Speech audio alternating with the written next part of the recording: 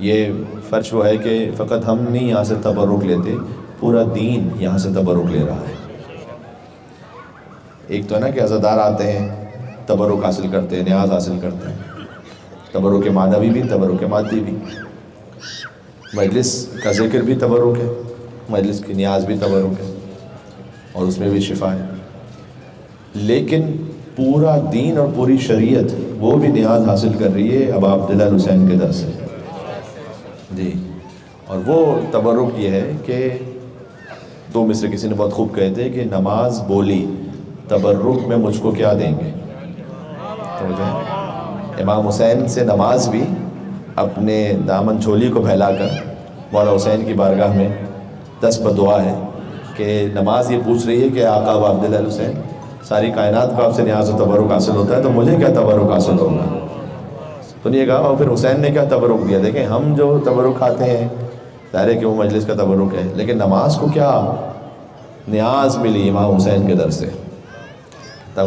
نماز بولی بڑا لطیف ہے، اس میں پورا دین اور کربلا کا میسج آ جائے گا، ذرا توجہ کیجیے گا میرے ساتھ۔ نماز بولی تبرک میں مجھ کو کیا دیں گے؟ ہے گفتگو، توجہ آپ۔ نماز بولی تبرک میں مجھ کو کیا دیں گے؟ حسین بولے تیری زندگی بڑھا دیں گے۔ اس سے وجہ سے بھائی حسین کے سجدے نے نماز کو قیامت تک کے لیے مل کے صلوات لے جو نام ابا عبداللہ الحسین علیہ السلام پر محمد علیہ۔ نماز بولی تبرک میں مجھ کو کیا دیں گے؟ حسین بولے تیری زندگی۔ حسین کے سجدے نے نماز کی زندگی کو قیامت تک کے لیے بڑھا دیا۔ جو مولا زین العابدین الاسلام نے فرمایا تھا کہ جو اذان میں اشہد ان محمد رسول اللہ کی صدا آ رہی ہے، یہی حسین کی جیت کا اعلان ہے۔ تو نماز بولی تبرک میں مجھ کو کیا دیں گے؟ حسین بولے تیری زندگی بڑھا دیں گے۔ اچھا، زندگی کسی کو عطا کرنے کے لیے، زندگی بڑھانے کے لیے روح کی ضرورت ہوتی ہے نا۔ ہاں، تو اب متصل ہے۔ نماز بولی تبرک میں مجھ کو کیا دیں گے؟ حسین بولے تیری زندگی بڑھا دیں گے، اور وہ روح پھونکیں گے شاہ کربلا کی مٹی میں۔ نماز کی زندگی کیسے بڑھائی حسین نے؟ وہ روح پھونکیں گے شاہ کربلا کی مٹی میں کہ جس کے سامنے آدم بھی سر جھکا دیں گے۔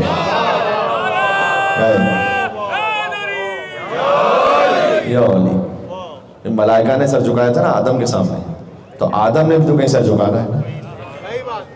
وہ خاک شفائے ابا عبداللہ الحسین علیہ السلام ہے۔ وہ جو اللہ نے فرشتوں کو بھی جھکایا تھا نا آدم علیہ السلام کے سامنے، وہ بھی خاص وجہ سے تھا۔ وہ فقط آدم نہیں تھے وہاں پر جی۔ اللہ تعالیٰ کو نجف اشرف کی زیارت نصیب فرمائے انشاءاللہ سے۔ بانی مجلس بھی انہوں نے کہا کہ ان کے فرزند ابھی 40 سے پہنچ رہے ہیں انشاءاللہ، تو 40 کی زیارت میں تشریف لے گئے تھے، اور میری اس سے ملاقات بھی ہوئی وہاں پر۔ تو آپ میں سے 40 کی زیارت پر اور جو جا چکے ہیں، ویسے ہی پروردگار بار بار انشاءاللہ ہر موقع پر ہر مخصوصی میں نصیب فرمائے انشاءاللہ نجف اشرف اور کربلا مولا پہنچنا۔ تو جب ہم مولا علی کے حرم پہنچے نا، تو مولا علی کی زری کے اوپر یہ شعر لکھا ہوا ہے۔ دیکھو کچھ شعر ہوتے ہیں جو دیوان میں ہوتے ہیں، کچھ دیوار پر ہوتے ہیں، تو یہ دیوان والے پڑھنے چاہیے، دیوار والے نہیں۔ لیکن اگر دیوار علی بن ابی طالب کے حرم کی ہو تو وہ اس لائق ہے کہ پھر اس کو کوٹ کیا جائے۔ تو وہاں پر مولا علی کی زری کے اطراف میں ایک طرف لکھا ہوا ہے کہ لو لم یکن فی صلب آدم نورہ، اے علی اگر آپ کا نور نہ ہوتا آدم کی صلب میں، لما قیل قدما للملائکۃ اسجدوا، تو ملائکہ کو کبھی کہا نہ جاتا کہ آدم کے سامنے سجدہ کریں۔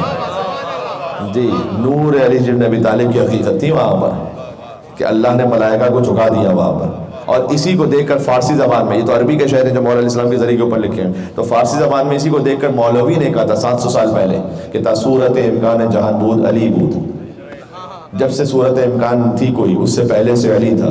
تا نقش زمین بود و زمان بود علی بود، جب سے زمین و زمان کی کوئی کیفیت اس سے پہلے سے علی تھا۔ یہ کہتے ہیں مسجود ملائک کے شد آدم سے علی شد، آدم علیہ السلام کے سامنے ملائکہ کو جھکایا گیا، زی علی شد، کہتے ہیں وہ نور علی کی وجہ سے تھا۔ آدم جو یقی قبلے و مقصود علی بود، آدم تو فقط قبلہ تھے۔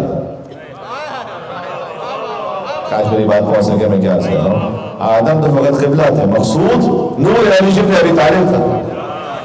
جب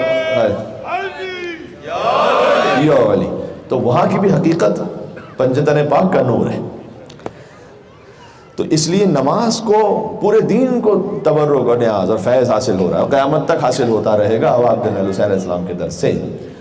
ہاں، اب میں بات کو ایک ترتیب میں ایک اور مقام پہ لے آؤں۔